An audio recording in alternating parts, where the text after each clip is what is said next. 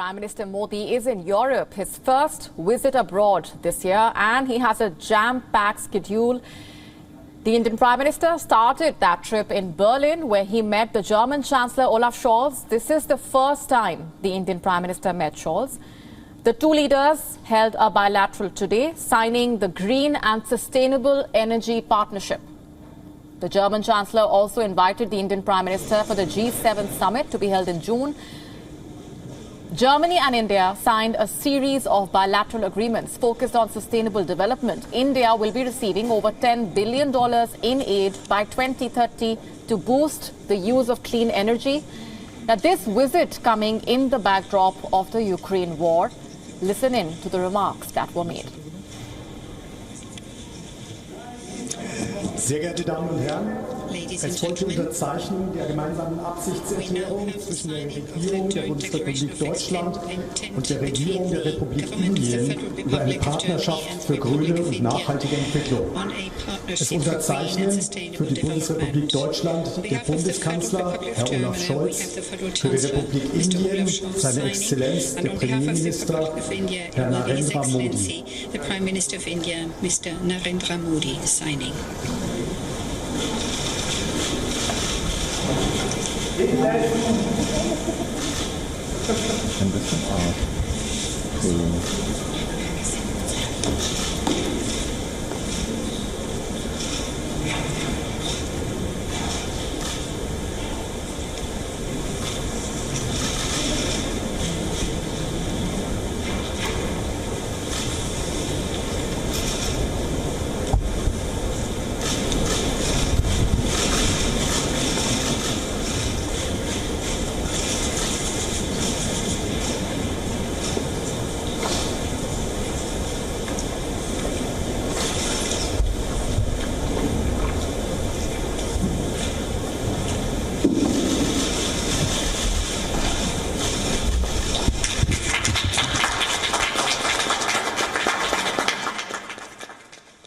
Ukraine के संकट के आरंभ से ही हमने तुरंत युद्ध विराम का आह्वान किया और इस बात पर जोर दिया था कि विवाद को सुलझाने के लिए बातचीत ही एकमात्र उपाय है। हमारा मानना है कि इस युद्ध में कोई विजयी पार्टी नहीं होगी, सभी को नुकसान होगा। इसलिए हम शांति के पक्ष में हैं। Delighted that the first intergovernmental consultations of this government took place with the Indian government. To me, it's a sign of the special quality of our relationship. I invited you as our guest to the G7 summit in the end of June, and we look forward to welcoming you back to Germany. First trip abroad after a longer period without travel. In 2021, India and Germany marked 70 years of diplomatic ties. The two nations have been strategic partners since 2000. So this visit is an opportunity to enhance cooperation and discuss matters of mutual and regional interest. The Indian Prime Minister also met with members of the Indian diaspora in Germany. They extended a warm welcome to the Indian leader.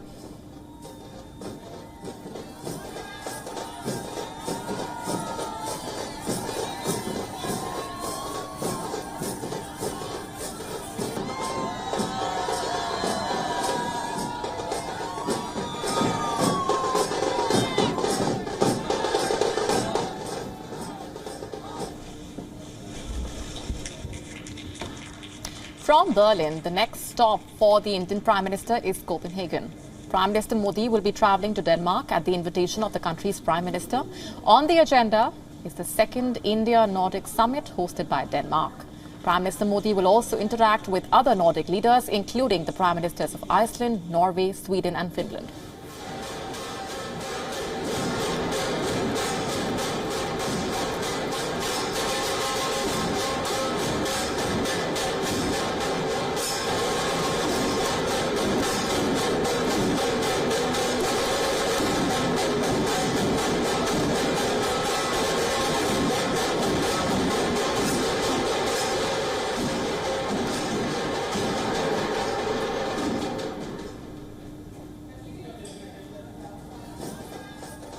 Just a sample of the celebrations and the warm welcome that was accorded to the Indian leader in Berlin by members of the Indian diaspora.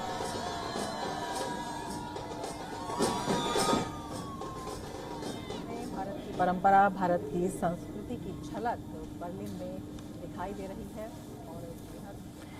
And as we continue to get you those images coming in from on the ground in Berlin, going straight across now to our principal diplomatic correspondent, Siddhant Sipal, who is tracking that visit in Berlin, giving us a better sense of the reactions coming in from on the ground as well. Siddhant, we got our viewers those images of members of the Indian diaspora according that warm welcome to Indian Prime Minister Narendra Modi. You've also been interacting with members of the Indian diaspora. But if we can just talk about the key takeaways from that visit, of course, on the agenda has been strengthening the partnership between the two sides on multiple levels. But the Ukraine war dominating those discussions. If you can talk us through the statements that have been made by the two leaders as a part of those engagements and the larger message that comes in from the two sides.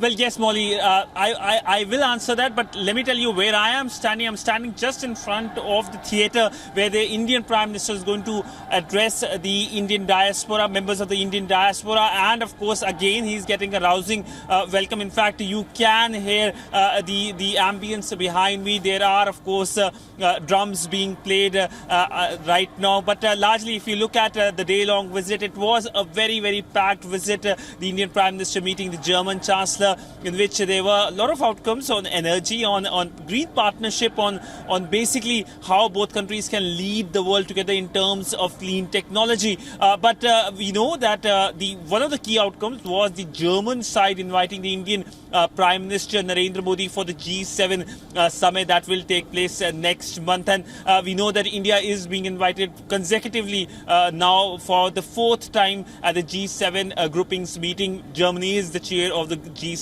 group. But largely, if you look at the other key outcomes, well, the diaspora clearly stole the show here in Germany in terms of providing color to the entire visit. We saw those very warm visuals of the Indian Prime Minister being welcomed by the diaspora earlier in the day. And of course, we also know that there were many informal moments, including the Indian Prime Minister walking down the street near the Brandenburg Gate, where of course, the Indian diaspora were able to at least see him and, of course, greet him as well. So for them, it was a moment of enthusiasm and, of course, a moment of a pleasant surprise as well. Just to get our viewers a better sense of what we are witnessing on our screen, the mood that you're talking about and the warm reception that was accorded to the Indian Prime Minister there in Berlin. There we have a sample of that once again being witnessed with members of the Indian diaspora in large numbers present at that community event, and the Indian Prime Minister waving out to the crowds. We have been getting in reactions,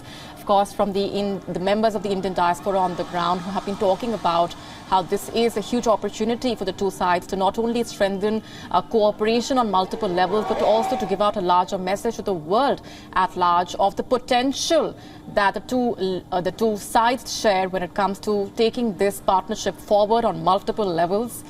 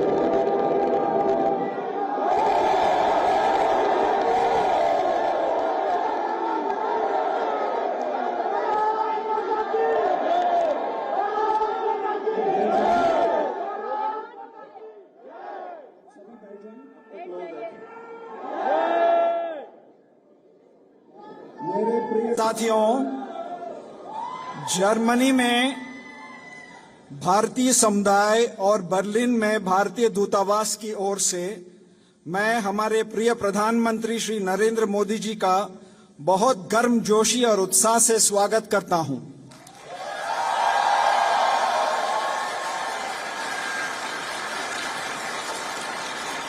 आज हमारे यहां एकत्रित होने का आनंद हमारे प्रधानमंत्री जी की उपस्थिति से कई गुना बढ़ गया है। हमें ये अवसर प्रदान करने के लिए हम प्रधानमंत्री जी के आभारी रहेंगे। प्रिय साथियों, जर्मनी में भारतीय समुदाय आज 2 लाख से अधिक है। आप लोगों के निरंतर प्रयास और परिश्रम से आज भारतीय समुदाय जर्मनी में अपनी एक खास पहचान बना रहा है। यहाँ पढ़ रहे हमारे 30,000 से अधिक भारतीय छात्र भारत जर्मनी संबंधों के उज्जवल भविष्य का प्रतीक है। मुझे विश्वास है कि भारतीय समुदाय ऐसे ही प्रगति करते हुए भारत जर्मनी संबंधों को और मजबूत करता रहेगा। जर्मनी में भारतीय समुदाय भले ही बाकी देशों की तुलना में संख्या में छोटा है, लेकिन आपके प्रति प्यार, आदर और आपके स्वागत करने के जोश में कोई कमी नहीं है। इन्हीं शब्दों के साथ मैं आपसे निवेदन करता हूं कि हमारे प्रिय प्रधानमंत्री श्री नरेंद्र मोदी जी का तालियों की गड़गड़ाहट से स्वागत करें।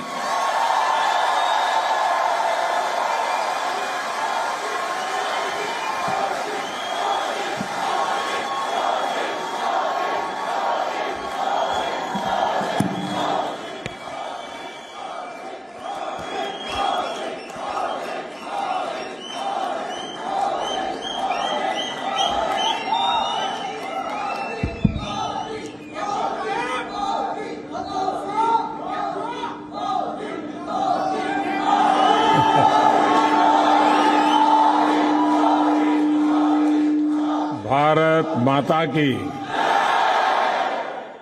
भारत माता की। नमस्कार।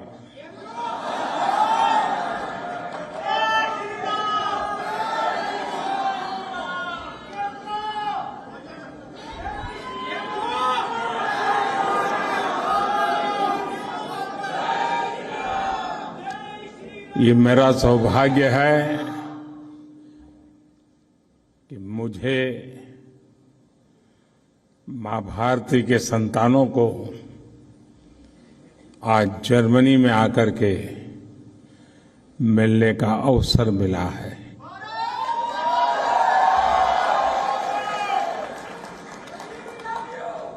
आप सभी से मिलकर बहुत अच्छा लग रहा है।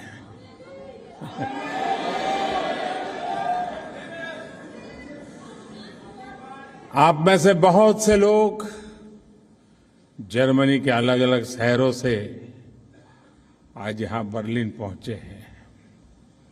आज सुबह मैं बहुत हैरान था कि ठंडी का समय है, यहां भारत में गर्मी बहुत है इन दिनों, लेकिन कई छोटे छोटे बच्चे भी सुबह 4, साढ़े 4 बजे आ गए थे। आपका ये प्यार, आपके आशीर्वाद, ये मेरी बहुत बड़ी ताकत है।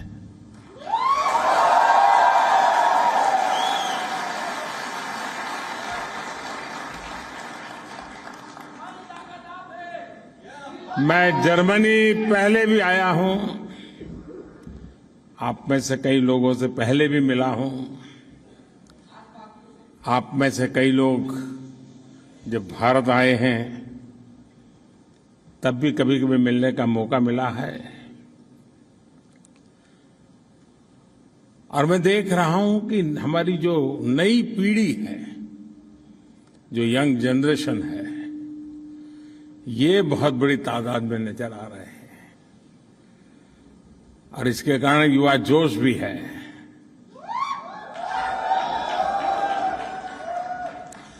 लेकिन आपने अपने व्यस्त पल समयों में से ये समय निकाला, यहां आए। मैं हृदय से आप सबका बहुत आभारी हूं। अभी हमारे राजदूत बता रहे थे कि यहाँ संख्या की दृष्टि से तो जर्मनी में भारतीयों की संख्या कम है, लेकिन आपके स्नेह में कोई कमी नहीं है।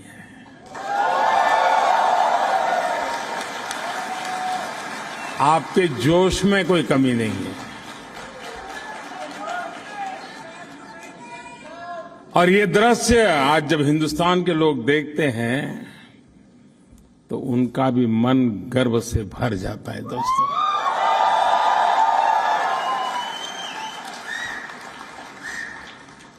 साथियों, आज मैं आपसे न मैं मेरी बात करने आया हूं, न मोदी सरकार की बात करने आया हूं,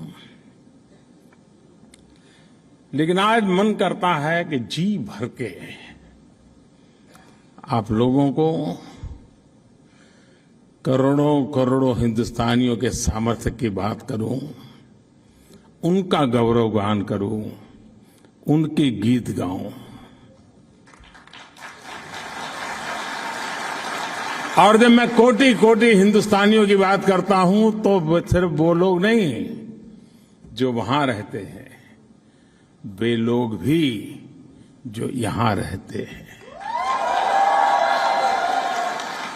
मेरी इस बात में दुनिया के हर कोने में बसने वाले मां भारती के संतानों की बात है। मैं सबसे पहले जर्मनी में सफलता के झंडे गाड़ रहे आप सभी भारतीयों को बहुत बहुत बधाई देता हूं, बहुत बहुत शुभकामनाएं देता हूं।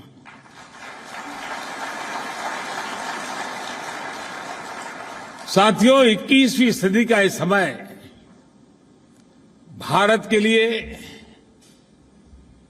हम भारतीयों के लिए और विशेष करके हमारे नौजवानों के लिए बहुत महत्वपूर्ण समय है।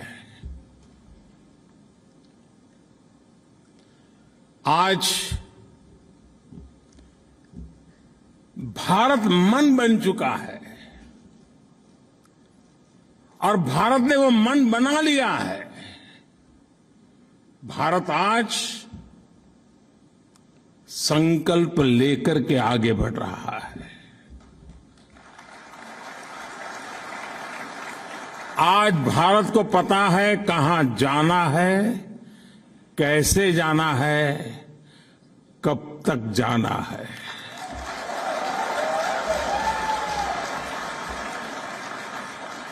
और आप भी जानते हैं कि जब किसी देश का मन बन जाता है तो वो देश नए रास्तों पर भी चलता है और मनचाही मंजिलों को प्राप्त करके भी दिखाता है।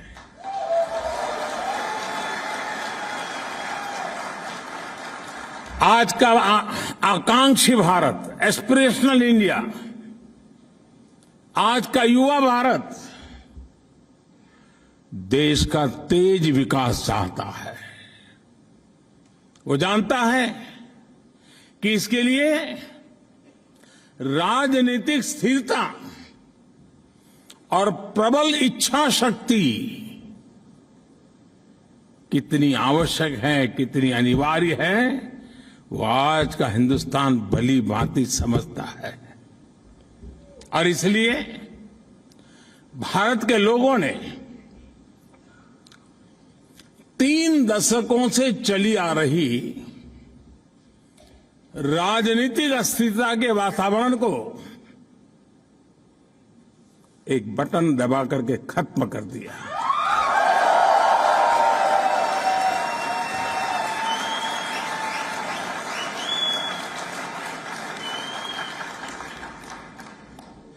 भारत के मतदाता को पिछले 7-8 साल में उसके वोट की ताकत क्या होती है और वो एक वोट हिंदुस्तान को कैसे बदल सकता है उसका एहसास होने लगा है।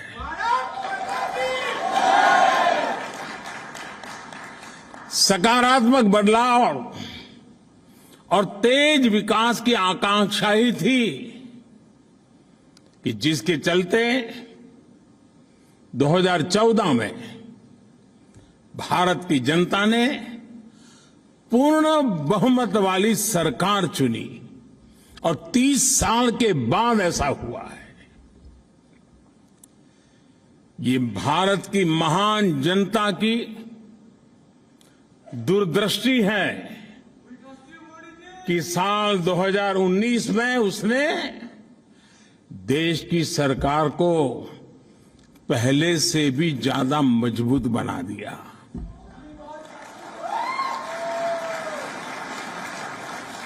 भारत को चौतरफा आगे बढ़ाने के लिए जिस तरह की निर्णायक सरकार चाहिए वैसी सरकार को ही भारत की जनता ने सत्ता सौंपी है। मैं जानता हूं साथियों कि उम्मीदों का कितना बड़ा आसमान हमसे जुड़ा हुआ है, मुझसे जुड़ा हुआ है। लेकिन मैं ये भी जानता हूं कि मेहनत की पराकाष्ठा करके खुद को खपाकर कोटि कोटि भारतीयों के सहयोग से उन कोटि कोटि भारतीयों के नेतृत्व में भारत नई ऊंचाई पर पहुंच सकता है।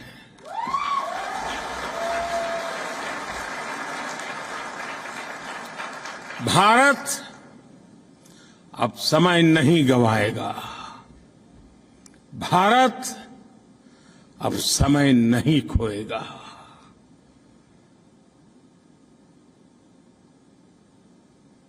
आज वक्त क्या है, इस वक्त का सामर्थ्य क्या है और इसी वक्त में पाना क्या है, वह हिंदुस्तान भली भांति जानता है।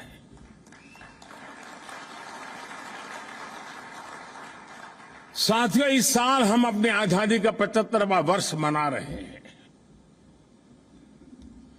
मैं देश का पहला प्रधानमंत्री ऐसा हूं जो आजाद हिंदुस्तान में पैदा हुआ हूं।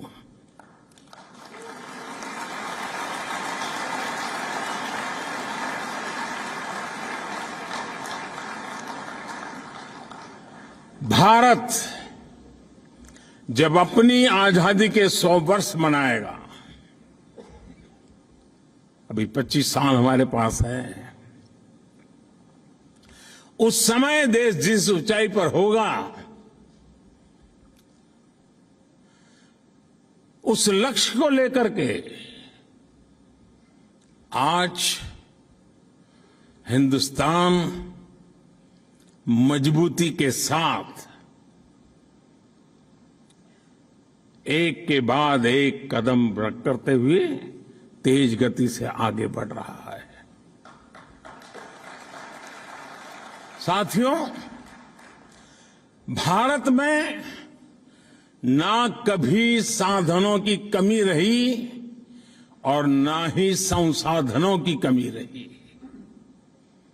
आजादी के बाद देश ने एक मार्ग तय किया, एक दिशा तय की, लेकिन समय के साथ जो बहुत सारे परिवर्तन होने चाहिए थे,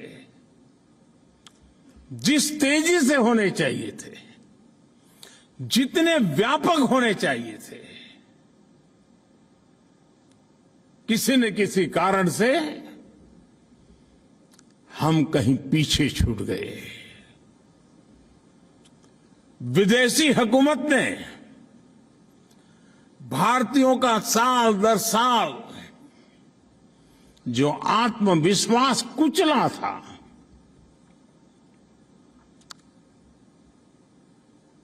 उसकी भरपाई का एक ही उपाय था, फिर से एक बार भारत के जन जन में आत्मविश्वास भरना, आत्मगौरव भरना,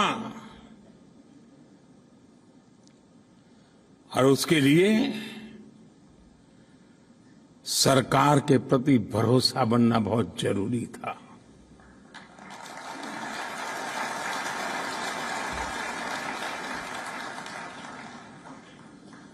अंग्रेजों की परंपरा की बदौलत सरकार और जनता के बीच में एक भरोसे की बहुत बड़ी खाई थी। शक के बादल मंडरा रहे थे, क्योंकि अंग्रेजों की हुकूमत में जो देखा था उसमें उसके परिवर्तन नजर आए। उसके लिए जो गति चाहिए उस गति का अभाव था, और इसलिए समय की मांग थी कि सामान्य मानवीय की जिंदगी में से सरकार कम होती चली जाए, सरकार हटती जाए। Minimum government, maximum governance.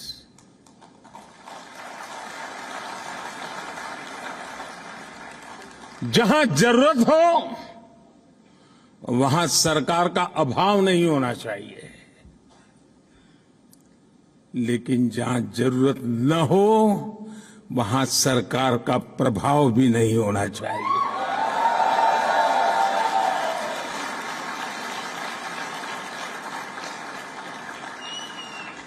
साथियों, देश आगे बढ़ता है जब देश के लोग, जनता जनार्दन स्वयं उसके विकास का नेतृत्व करे। देश आगे बढ़ता है जब देश के लोग आगे आकर के उसकी दिशा तय करें। अब आज के भारत में सरकार नहीं, मोदी नहीं, बल्कि देश की कोटि कोटि जन ड्राइविंग फोर्स पर बैठे हुए हैं।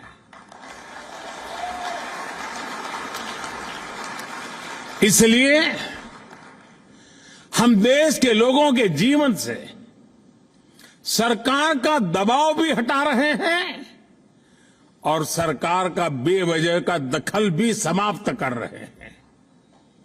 हम रिफॉर्म करते हुए देश को ट्रांसफॉर्म कर रहे हैं। और मैं हमेशा कहता हूं, रिफॉर्म के लिए पॉलिटिकल विल चाहिए, परफॉर्म के लिए गवर्नमेंट मशीनरी का एस्टैब्लिशमेंट चाहिए, और रिफॉर्म के लिए जनता जनार्दन की भागीदारी चाहिए। और तब जाकर के रिफॉर्म, परफॉर्म, ट्रांसफॉर्म की गाड़ी आगे बढ़ती है। आज भारत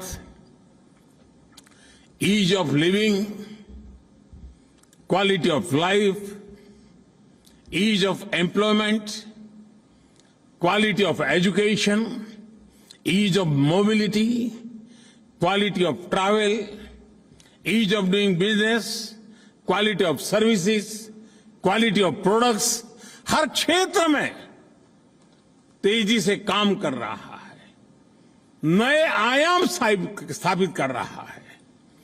वही देश है जो आप जिसे छोड़ करके आए थे ना, यहां देश वही है।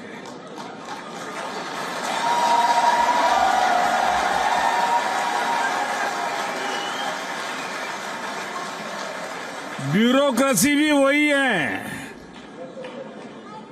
दफ्तर भी वही है, टेबल भी वही है, कलम भी वही है, फाइल भी वही है,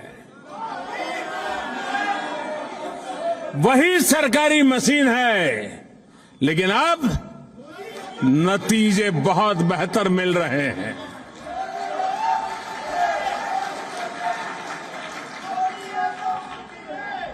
साथियों, 2014 से पहले जब भी मैं आप जैसे साथियों से बात कर रहा था तो एक बहुत बड़ी शिकायत, और आपको भी पुराने दिन याद होंगे या कभी आज जाते होंगे तो देखते होंगे, जहां भी देखो लिखा होता था वर्क इन प्रोग्रेस।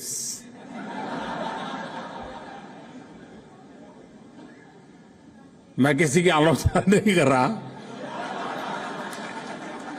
लेकिन हमारे यहां होता यही रहा कि पहले कहीं सड़क बनती है, फिर बिजली के लिए सड़क खोदी जाती है, फिर पानी वाले पहुंचते हैं, वो पानी फेर देते हैं, फिर टेलीफोन वाले आते हैं, वो कुछ और ही खड़ा कर देते हैं। एक सड़क बजट खर्च हो रहा है, काम खत्म नहीं हो रहा है। ये मैंने सिर्फ एक उदाहरण दिया क्योंकि आपने अपनी आंखों से देखा है, और इसलिए होता है कि सरकारी विभागों का एक दूसरे के साथ न तो संवाद होता है और न ही जानकारियों का कोई तालमेल। सब अपनी अपनी दुनिया बनाकर उसमें बैठे हुए हैं। हर एक के पास रिपोर्ट कार्ड है कि मैंने इतनी सड़क बना दी, कोई कहे कि मैंने इतने तार डाल दिए, कोई कहे मैंने इतनी पाइप डाल दी, लेकिन परिणाम work in progress. In silos को तोड़ने के लिए अब हमने पीएम गति शक्ति नेशनल मास्टर प्लान बनाया है। चारों तरफ उसकी तारीफ हो रही है। हम हर डिपार्टमेंटल साइलोज को तोड़कर इंफ्रास्ट्रक्चर से जुड़े हर प्रोजेक्ट में सभी स्टेक होल्डर्स को एक ही प्लेटफॉर्म पर लेकर आए हैं। अब सरकारें, सभी विभाग अपने अपने हिस्से का काम एडवांस में प्लान कर रहे हैं। इस नई अप्रोच ने डेवलपमेंट के कार्यों की स्पीड को बढ़ा दी है और स्केल भी बढ़ा दिया है। और भारत की आज अगर जो सबसे बड़ी ताकत है तो वो स्कोप है, स्पीड है और स्केल है। आज भारत में सोशल और फिजिकल इंफ्रास्ट्रक्चर, उस पर अभूतपूर्व निवेश हो रहा है। आज भारत में नई शिक्षा नीति को लागू करने के लिए सहमति का एक वातावरण बना है, तो दूसरी तरफ नई स्वास्थ्य नीति, उसको लागू करने पर काम चल रहा है। आज भारत में रिकॉर्ड संख्या में नए एयरपोर्ट्स बनाए जा रहे हैं। छोटे छोटे शहरों को एयर रूट से जोड़ा जा रहा है। भारत में मेट्रो कनेक्टिविटी पर जितना काम आज हो रहा है उतना पहले कभी नहीं हुआ। भारत में आज रिकॉर्ड संख्या में नए मोबाइल टावर्स लग रहे हैं। अब भारत 5G दस्तक दे रहा है। भारत में भी, भारत में आज रिकॉर्ड संख्या में गांवों का ऑप्टिकल फाइबर से जोड़ा जा रहा है। कल्पना कर सकते 6 लाख गांवों में ऑप्टिकल फाइबर नेटवर्क पहुंचेगा। हिंदुस्तान के गांव दुनिया के साथ किस प्रकार से अपना नाता जोड़ेंगे, इसकी आप कल्पना कर सकते हैं। भारत में, और जर्मनी में बैठे हुए आप लोग इस बात को ज्यादा समझ पाएंगे, भारत में जितनी फास्ट इंटरनेट कनेक्टिविटी है,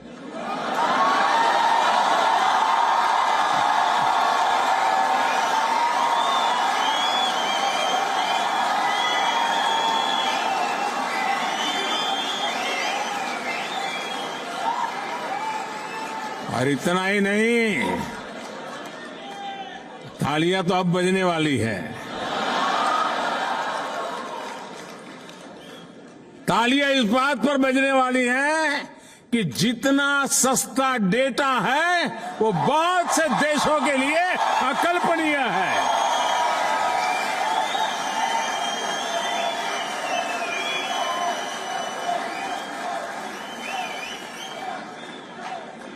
पिछले साल पूरी दुनिया में हुए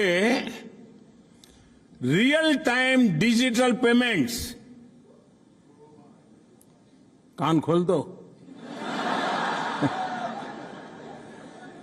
रियल टाइम डिजिटल पेमेंट में से मैं पूरी दुनिया की बात कर रहा हूं। अब भारत छोटा नहीं सोचता है।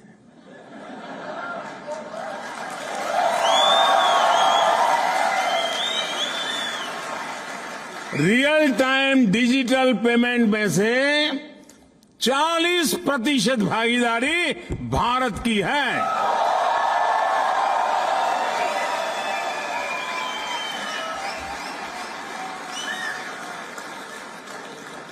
साथियों, मैं एक और बात आपको बता दूं, जिसे जानकर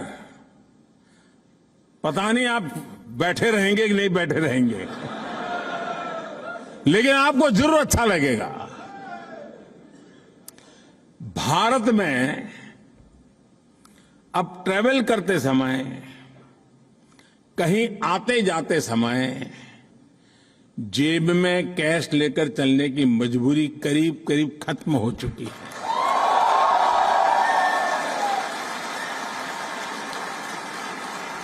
दूर सुदूर के गांव तक भी अपना मोबाइल फोन पर ही हर तरह के पेमेंट आपके लिए काफी है। दोस्तों, साथियों, आज भारत में गवर्नेंस में टेक्नोलॉजी का जिस तरह इंक्लूजन किया जा रहा है, वो नए भारत की नई पॉलिटिकल विल भी दिखाता है और डेमोक्रेसी की डिलीवरी क्षमता का भी प्रमाण है। आज केंद्र, राज्य और लोकल सरकारों की लगभग, ये भी आंकड़ा थोड़ा अजूबा, आज आपके लिए अजूबा होगा, केंद्र सरकार, राज्य सरकार और लोकल सेल्फ गवर्नमेंट, इनकी करीब करीब 10,000 सेवाएं, 10,000 सर्विसेज ऑनलाइन उपलब्ध है।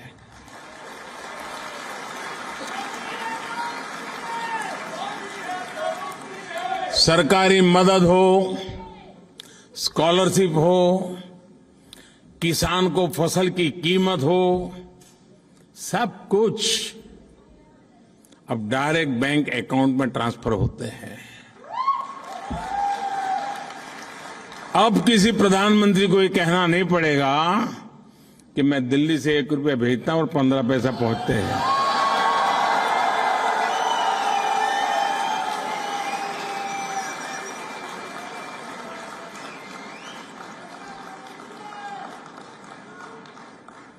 वो कौन सा पंजा था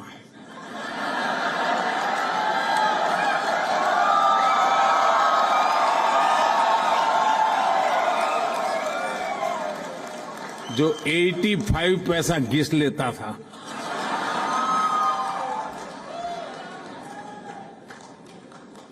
आपको ये जानकर भी अच्छा लगेगा कि बीते 7-8 साल में भारत सरकार ने, आंकड़े याद रहेंगे, मैं इतना सारा बता रहा हूं,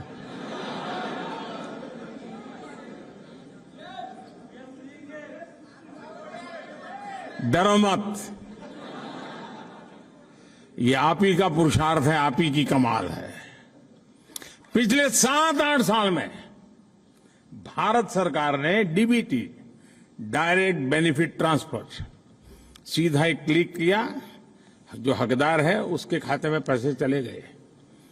डायरेक्ट जो डीबीटी के द्वारा हमने पैसे भेजे, वो अमाउंट है 22 लाख करोड़ रुपए से अधिक। यानी अब आप जर्मनी में हैं तो आपको बता दूं, $300 बिलियन से भी ज्यादा बेनिफिशियरीज के खाते में पैसे पहुंचे हैं। बीच में कोई बिचौलिया नहीं, कोई कट की कंपनी नहीं, कहीं कट मनी नहीं। इस वजह से सिस्टम में कितनी बड़ी ट्रांसपेरेंसी आई है और उसके कारण जो भरोसे की खाई थी, उस खाई को भरने का बहुत बड़ा काम इन नीतियों के कारण, इस नीयत के कारण और इस टेक्नोलॉजी के माध्यम से हो पाया है।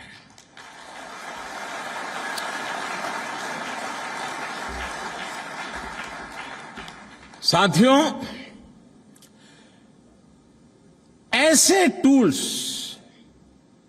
जब हाथ में आते हैं, जब नागरिक एम्पावर होता है,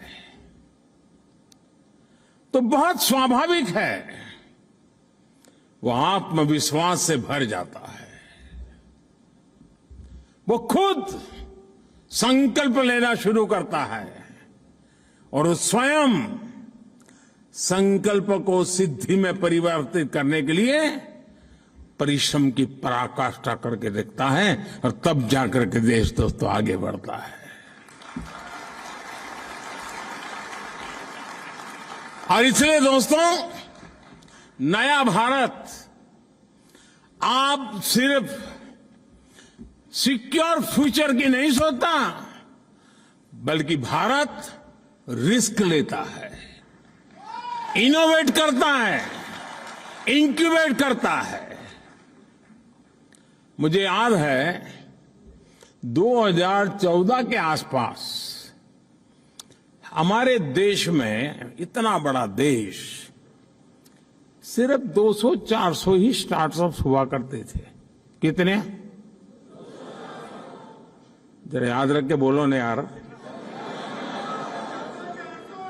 हाँ, और आज 8 साल पहले 200, 300 या 400 स्टार्टअप्स आज 68,000 से भी ज्यादा स्टार्टअप्स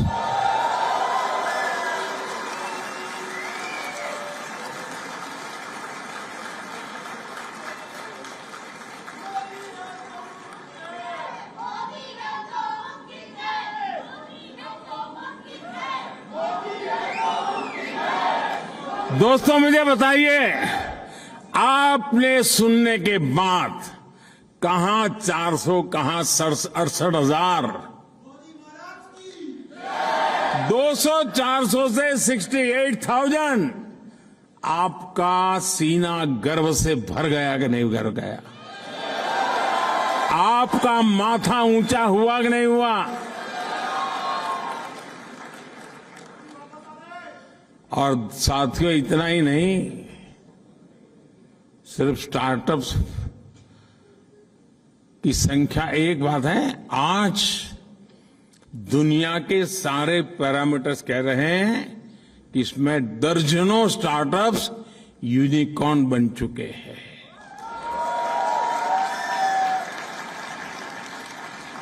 और अब मामला यूनिकॉर्न पर अटका नहीं है दोस्तों। आज मैं गर्व से कहता हूं कि मेरे देश में बहुत सारे यूनिकॉर्न्स देखते ही देखते डेकाकॉर्न भी बन रहे हैं। यानी $10 बिलियन का लेवल भी पार कर रहे हैं। मुझे याद है, मैं जब गुजरात में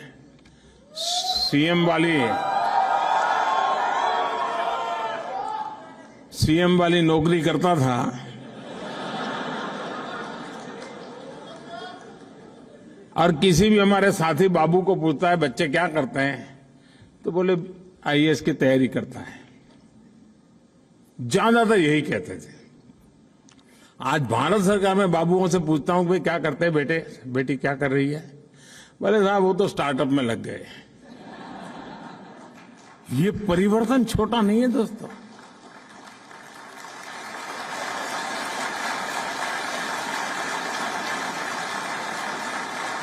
साथियों, मूल बात क्या है? मूल बात यही है, आज सरकार इनोवेटर्स के पांवों में जंजीर डालकर नहीं, उनमें जोश भर करके उन्हें आगे बढ़ा रही है।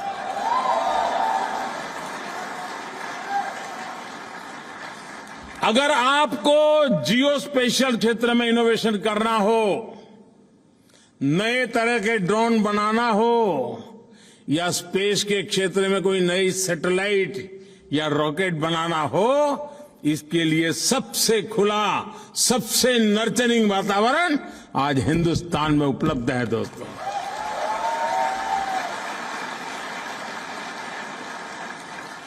एक समय में भारत में कोई नई कंपनी रजिस्टर कराने चाहता था तो उसे रजिस्ट्री में कागज डालने के बाद वो भूल जाता था, तब तक रजिस्ट्री नहीं होती थी। महीने लग जाते थे।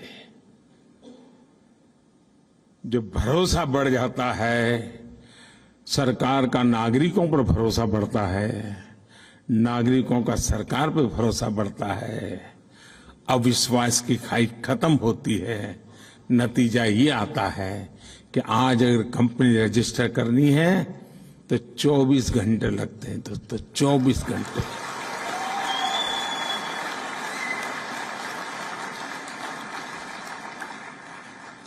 बीते कुछ वर्षों में सरकार की एक आदत थी, एक चैम्बर हो ऑफिस का, 6 टेबल हो। नंबर 1 ने जनवरी में आपसे कुछ चीजें मांगी, नंबर 2 के टेबल वाला फरवरी में फिर वही मांगेगा, फिर नंबर 5 वाला टेबल फरवरी एंड में कहेगा यार वो कागज लाओ जरा, मुझे जरूरत है। यानी नागरिकों को लगातार हजारों की तादाद में दोस्तों कंप्लाइंट, ये लाओ वो लाओ, ये लाओ वो लाओ, और वो लेकर के क्या करते थे वो जाने और आप जाने। साथियों आप हैरान हो जाएंगे, अब ये काम भी मुझे करना पड़ रहा है। 25,000 से ज्यादा कंप्लाइंस खत्म किए हमने।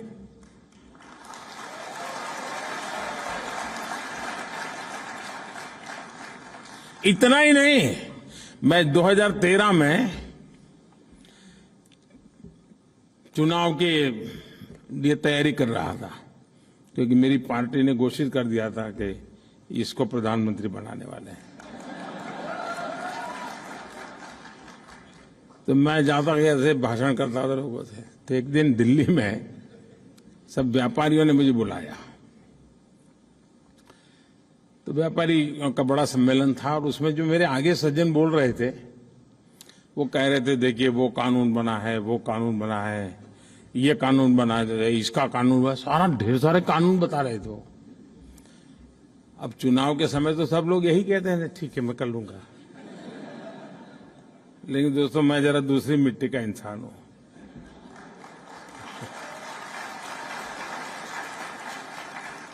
तो मैं भाषण देने के लिए खड़ा हुआ, ये 2013 की बात है।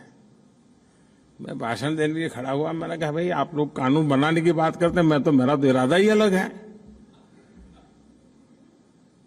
मुझे पता नहीं, मैं आपको बताऊंगा वोट दोगे कि नहीं दोगे, मेरी तो छुट्टी कर दोगे आप लोग। मैंने कहा मैं आपको वादा करता हूं मैं हर दिन एक कानून खत्म करूंगा आकर के। WION now available in your country. Download the app now. Get all the news on the move.